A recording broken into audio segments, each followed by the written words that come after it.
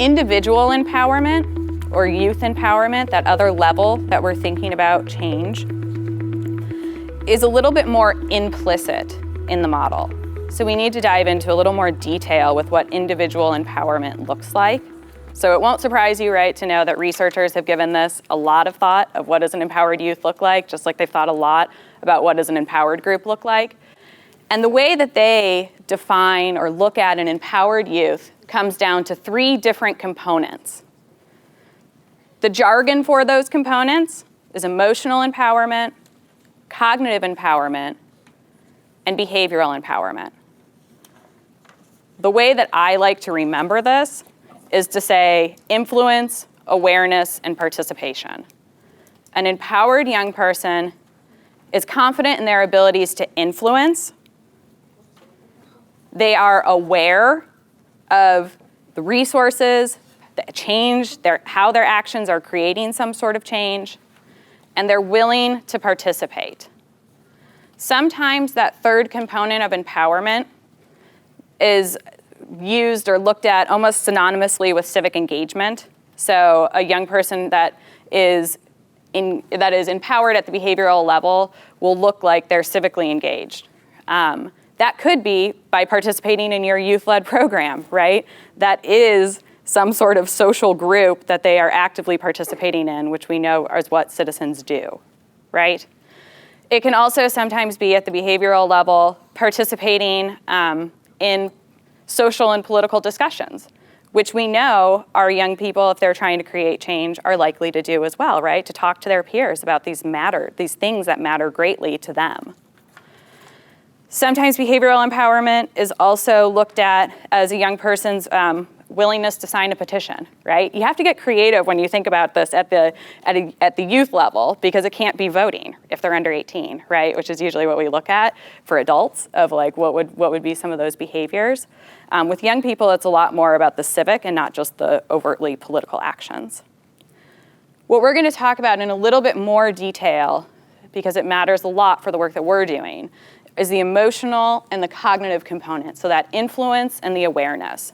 For our purposes, participation is sufficient in the collective and in the groups. That's how we can think about an empowered youth at the behavioral realm for the work that we're doing. All right, so emotional empowerment is about influence. Specifically, just a definition for it, it's the young person's belief in their ability to influence social and political systems, right? But what exactly does that look like? You all did a great job answering that question of what does it look like? What would be specific characteristics that we would look for in a youth if we think that they are emotionally empowered? There'd be something about leadership competence, which I heard a lot of when we were going around. And there's something about participatory competence. Empowered young people are confident in their ability to lead others. This could be public speaking skills, which we heard mentioned at that table when you shared your plan, right? An empowered young person who believes in their abilities as a leader may feel very comfortable speaking in front of an audience. They may feel comfortable in their abilities to organize other people to accomplish a task. That's really useful, right? If they're in our group, we want them to be able to have that initiative to create, to organize and to start getting things done. But we have to build the young people's abilities to do that, right? So they have some sort of leadership competence. They also have some sort of participatory competence. And what this means is they have confidence in their ability to work with others. Again, we're echoing what we saw at the group level with opportunities for involvement and decision-making processes. It mimics this at the individual level. If you want your group to have an opportunity for everybody to be involved, we need everybody to know how to lead, right? That's critical if our group's going to be empowered.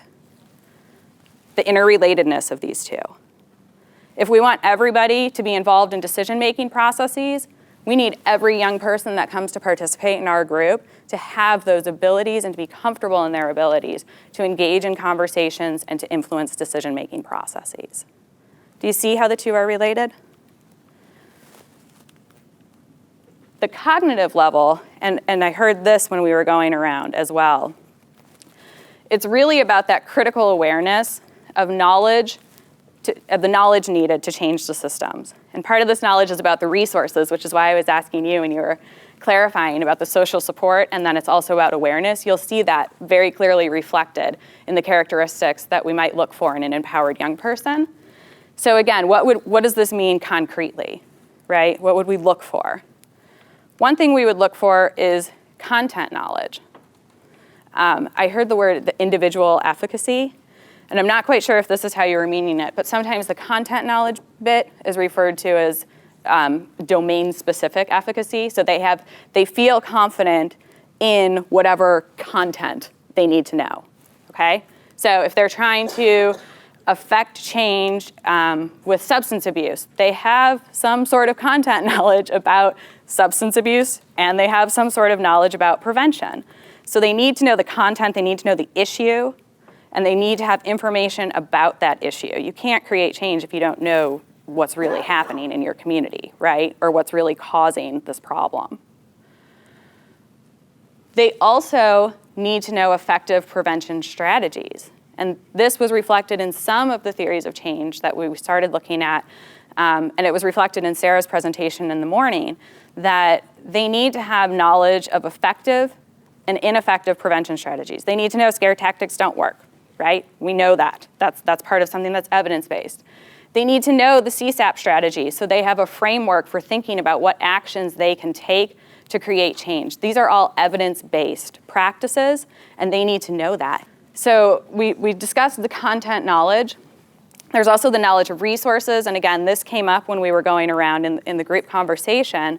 Knowledge of resources comes down to young people knowing not just what resources exist for them and being able to identify those resources. It's also about the knowledge of how to mobilize those resources to create some sort of change. But they definitely have to be aware of what's available to them, what resources exist that's provided to the group, what resources exist within the community that they can access. And those can be people resources, sometimes money, supplies, variety of different resources they need to be aware of.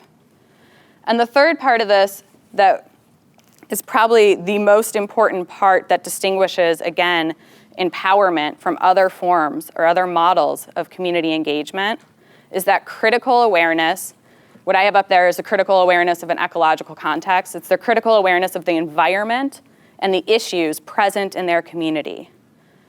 Young people who are empowered are critically aware of the environment in which they're operating, and they think strategically about what strategies are most effective to use within that environment. So this means that they're aware of what types of approaches might be received very well within their community, right? They know where opportunities exist of how would I present this information to parents knowing the context that I'm operating in and what parents' concerns might be when I'm discussing violence prevention, right? What in my community, is there something that has specifically happened that I would need to be aware of that's going to be a source of concern for parents? They need to be aware of that, and they need to react with that knowledge. At the same time, they need to be aware of where they might be met with resistance, right? Sometimes communities aren't always ready to hear what the young people and the message that they're trying to deliver.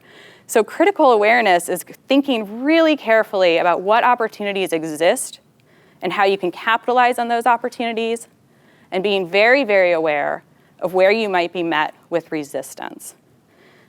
And especially knowing that resistance might exist, then we go back again to that group level, right? Why would group resiliency matter? Because we know there's going to be setbacks. We know that there's going to be challenges within it. So at the group level, we want people to believe that they can overcome. And we also want at the individual level for all of our young people to really be critical thinkers when they're planning the changes that they're trying to create.